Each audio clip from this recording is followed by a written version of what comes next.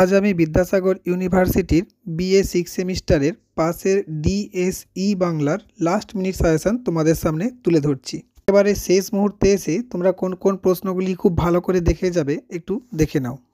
একেতে রাখছি রাধা উপন্যাস অবলম্বনে মাধবানন্দের চরিত্র বিশ্লেষণ করো, খুব গুরুত্বপূর্ণ। দুইয়েতে রাখছি ঐতিহাসিক উপন্যাসের আলোকে রাধা উপন্যাস আলোচনা করো। তিনেতে রাখছি রাধা উপন্যাস অবলম্বনে কয় চরিত্রটি বিশ্লেষণ করো। এই তিনটে প্রশ্নের মধ্যে সবথেকে গুরুত্বপূর্ণ হচ্ছে মাধবানন্দের চরিত্র। তবে এই তিনটে প্রশ্ন তোমরা যদি খুব ভালো করে পড়ে রাখো একটা অবশ্যই কিন্তু তোমরা কমন পেয়ে যাবে। চারেতে রাখছি কোচি সংসদ গল্পের হাস্যরস আলোচনা করো। আমার মতে এই প্রশ্নটা কালকে তোমরা পরীক্ষাতে দেখতে পাবে, কারণ এই প্রশ্নটা এই বছরের জন্য কিন্তু খুব গুরুত্বপূর্ণ। পাঁচেতে রাখছি কোচি সংসদ গল্প অবলম্বনে কেষ্ট চরিত্রটি আলোচনা করো।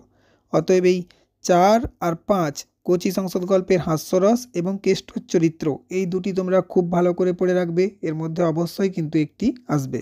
6এতে রাখছি মায়া কুরঙ্গি গল্পের নামকরণ বা সারাংশ লেখো। কেন আমি বললাম, কারণ তোমরা সারাংশটা ভালো করে পড়ে রাখবে এবং যদি নামকরণ আসে তাহলে নামকরণ লেখা কিন্তু খুব সহজ। আমি আগেও বলেছি, আরও একবার বলে দিচ্ছি, নামকরণ আসলে তোমরা যে কয়েকটা লাইন শুধু যুক্ত করবে সেটা চাইলে তোমরা একটু খাতায় লিখে নিতে পারো। দেখো, প্রথমে লিখবে নামকরণ সাহিত্যের অপরিহার্য অঙ্গ। নামকরণের মধ্য দিয়ে সাহিত্যের মূল বিষয়বস্তু আভাসে ইঙ্গিতে প্রকাশ পায়। এই নামকরণকে সাধারণত 3টি ভাগে ভাগ করা হয়ে থাকে। 1 বিষয়বস্তু কেন্দ্রিক, 2 চরিত্র কেন্দ্রিক, 3 ব্যঞ্জনাধর্মী বা রূপকধর্মী। এরপর তুমি যেই গল্পের নামকরণ লিখতে চাইছো দেখে নেবে সেই গল্পের নামকরণ কি সেই গল্পে থাকা কোনো চরিত্র থেকে নেওয়া হয়েছে, তাহলে চরিত্রকেন্দ্রিক নামকরণ হবে। যদি দেখতে পাও যে গল্পটির ভিতরের একটি অর্থ আছে এবং বাইরের একটি অর্থ আছে, তাহলে বুঝে নেবে এটা ব্যঞ্জনাধর্মী বা রূপকধর্মী নামকরণ হবে। আর যদি দেখতে পাও যে সেটা বিষয়বস্তুকে কেন্দ্র করে গড়ে উঠেছে, তাহলে সেক্ষেত্রে ধরে নেবে এটা বিষয়বস্তুধর্মী নামকরণ। এরপর তুমি লিখবে আমার আলোচ্য গল্পের নামকরণটি হলো ড্যাশ কেন্দ্রিক, যেটা মনে হবে সেটা লিখবে এবং তারপর সেই গল্পের বিষয়বস্তুটি সুন্দর করে সাজিয়ে দেবে এবং শেষেতে গল্পের যে নামকরণটি তুমি প্রথমে উল্লেখ করেছিলে সেই নামকরণের সপক্ষে কয়েকটি যুক্তি দেবে আর লিখে দিবে যে আমার আলোচ্য অমুক গল্পটির নামকরণটি যথাযথ ও সার্থক।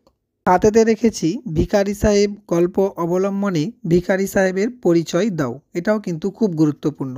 তবে এখানেও বলে রাখি, ভিখারি সাহেবের পরিচয় যদি তোমরা ঠিকঠাক করে লিখতে পারো সেটা কিন্তু ভিখারি সাহেব গল্পের বিষয়বস্তু হয়ে যাবে অনেকটা। তাই বিষয়বস্তু পড়লেও তোমরা কিন্তু এই প্রশ্নের উত্তরটাই লিখে দিয়ে আসতে পারো। 8এতে রাখছি বেদেনী গল্প অবলম্বনে রাধিকা চরিত্রটি বিশ্লেষণ করো। খুব গুরুত্বপূর্ণ।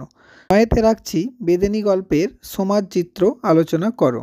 আর 10এতে রাখছি অভাগীস্বর্গ গল্পের বিষয়বস্তু অনুসারে নামকরণ লেখো। 11তে রাখছি রাধা উপন্যাস অবলম্বনে মোহিনী চরিত্রটি আলোচনা করো। এটাও কিন্তু খুব গুরুত্বপূর্ণ প্রশ্ন, এটা প্রথমে দেওয়া হয়নি, মিস্টেক হয়েছে, তোমরা এটাও একটু ভালো করে পড়ে রাখবে। এই প্রশ্নগুলো তোমরা খুব ভালো করে কিন্তু পড়ে রাখবে। এছাড়াও 5 নম্বরের গোটা 3-4 প্রশ্ন বলছি, এগুলো তোমরা একটু দেখে রাখবে। 1এতে রেখেছি পত্রখানি স্ট্যান্ড ম্যাগাজিনের কার্যালয় হইতে আসিয়াছে, পত্রখানির মর্মানুবাদ লেখো। এটা কিন্তু খুব গুরুত্বপূর্ণ প্রশ্ন। 2এতে রাখছি অভাগীস্বর্গ গল্পের সূচনায় ও সমাপ্তিতে 2টি সপ্তাহের চিত্র আছে, এর মধ্য দিয়ে সমাজে যে রূপ ফুটে উঠেছে তার পরিচয় দাও। একটি মুখুজ্জে মহাশয়ের স্ত্রীর মৃত্যুর দশার চিত্র, একটি হচ্ছে অভাগীর মৃত্যুর দৃশ্য। এইটাও তোমরা কিন্তু ভালো করে দেখে রাখবে। 3এতে রাখছি কোচি সংসদ গল্পের নামকরণ আলোচনা করো। 4এতে রাখছি টিকা লেখো প্রেমদাস বাবাজির আখড়া, খুব গুরুত্বপূর্ণ। এবং 5এতে রাখছি শিবপদর আরও একটা কত বড় গুণ ছিল, শিবপদর গুণগুলি ব্যাখ্যা করো। এটাও খুব গুরুত্বপূর্ণ প্রশ্ন। এই প্রশ্নগুলি কিন্তু তোমরা খুব ভালো করে পড়ে যাবে। আশা রাখছি এই প্রশ্নগুলো করলে তোমরা অনেক প্রশ্নই কিন্তু কমন পেয়ে যাবে।